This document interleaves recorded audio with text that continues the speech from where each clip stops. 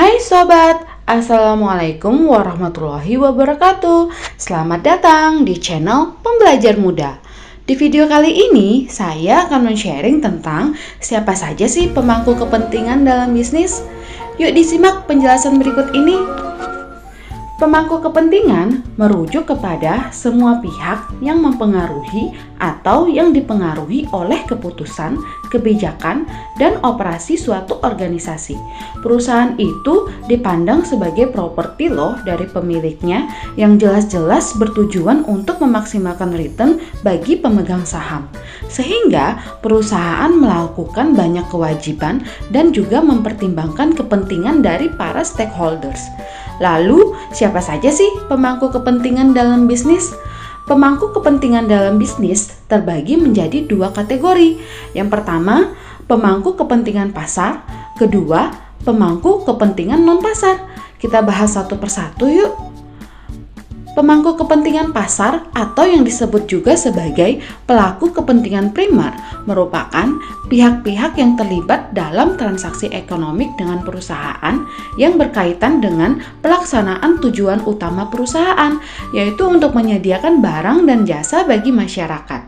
Nah, pemangku kepentingan pasar ini antara lain pemegang saham, kreditur, pemasok, pelanggan, karyawan, juga distributor.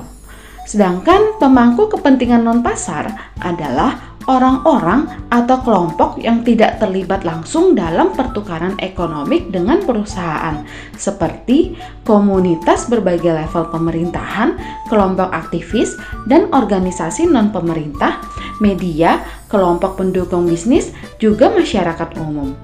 Hubungan antara perusahaan dan pemangku kepentingan menunjukkan bahwa perusahaan tertanam dalam suatu jejaring yang kompleks dari pemangku kepentingan yang masing-masing mempunyai hubungan independen satu sama lain.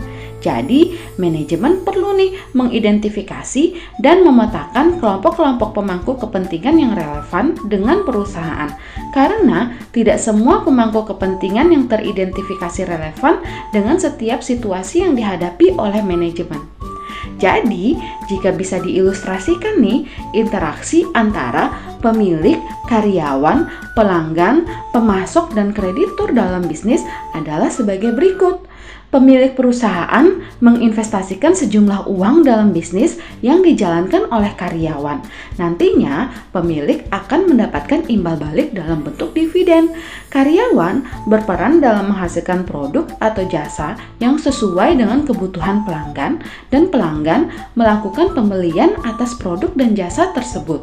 Nah, pemasok menyediakan pasokan bagi perusahaan untuk produksi dalam bisnis, dan juga kreditor memberikan pinjaman dana bagi perusahaan untuk kelancaran dalam bisnisnya.